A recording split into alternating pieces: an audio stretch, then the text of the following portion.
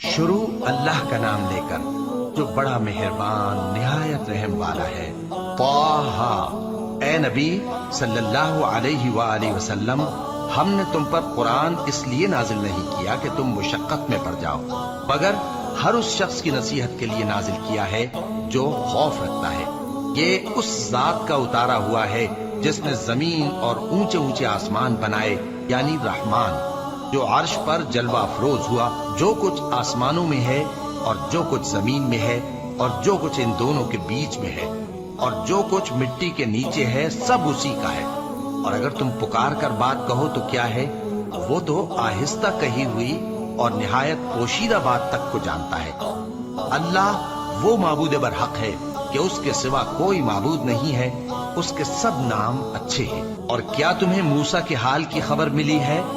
جب انہوں نے آگ دیکھی تو اپنے گھر والوں سے کہا کہ تم یہاں ٹھہرو، میں نے آگ دیکھی ہے، میں وہاں جاتا ہوں، شاید اس میں سے میں تمہارے پاس انگارہ لاؤں یا آگ کے مقام سے اپنا رستہ معلوم کر سکوں۔ پھر جب وہ وہاں پہنچے تو آواز آئی کہ اے موسیٰ، میں تو تمہارا پروردگار ہوں، تو اپنے جوتے اتار دو، تم یہاں پاک میدان یعنی طویٰ میں ہو، اور میں نے تم کو منتخب کر لیا ہے، تو جو حکم دیا جائے اسے سنو۔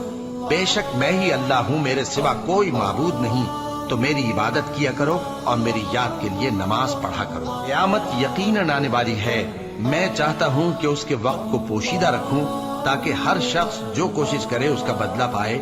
تو جو شخص اس پر ایمان نہیں رکھتا اور اپنی خواہش کے پیچھے چلتا ہے، کہیں تم کو اس کے یقین سے روک نہ دے، تو اس صورت میں تم ہلاک ہو جاؤ۔ اور اے موسیٰ، یہ تمہارے داہنے ہاتھ میں کیا ہے؟ انہوں نے کہا، یہ میری لاٹھی ہے، اس پر میں ٹیک لگاتا ہوں اور اس سے اپنی بکریوں کے لیے پتے جھاڑتا ہوں، اور اس میں میرے اور بھی کئی فائدے ہیں۔ فرمایا کہ موسیٰ اسے زمین پر ڈال دو، تو انہوں نے اس کو ڈال دیا اور وہ یکا یک سانپ بن کر دوڑنے لگا۔ فرمایا کہ اسے پکڑ لو اور ڈرنا مت، ہم اس کو ابھی اس کی پہلی حالت پر لوٹا دیں گے، اور اپنا ہاتھ اپنی بغل میں دبا لو کہ وہ کسی عیب و بیماری کے بغیر سفید چمکتا دمکتا نکلے گا۔ یہ دوسری نشانی ہے تاکہ ہم تمہیں اپنے بڑے بڑے نشانات دکھائیں۔ تم فرعون کے پاس جاؤ کہ وہ سرکش ہو رہا ہے۔